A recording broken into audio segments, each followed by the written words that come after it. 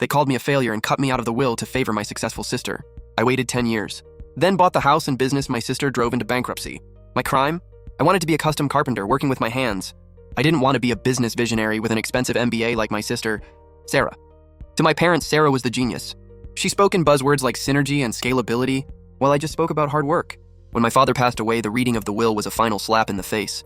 To Sarah, the business expert who understands the future, it read, "We leave the family estate and complete ownership of Jenkins Hardware." I got a cardboard box of his old hand tools and a note saying, "Good luck finding a job."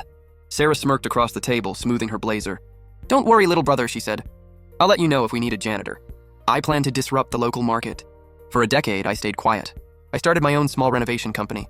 I worked 16-hour days, lived in a studio apartment, saved every cent, and invested quietly. I didn't have an MBA, but I knew how to build things that lasted. Meanwhile, Sarah treated the inheritance like a playground. She didn't actually run the hardware store. She tried to rebrand it. She fired the loyal staff, spent the profits on expensive consultants, and drained the accounts to fund her CEO lifestyle. The Dosser family home fell into disrepair while she leased luxury cars to look the part. The inevitable happened 6 months ago. The business declared Chapter 11 bankruptcy. The bank foreclosed on the house.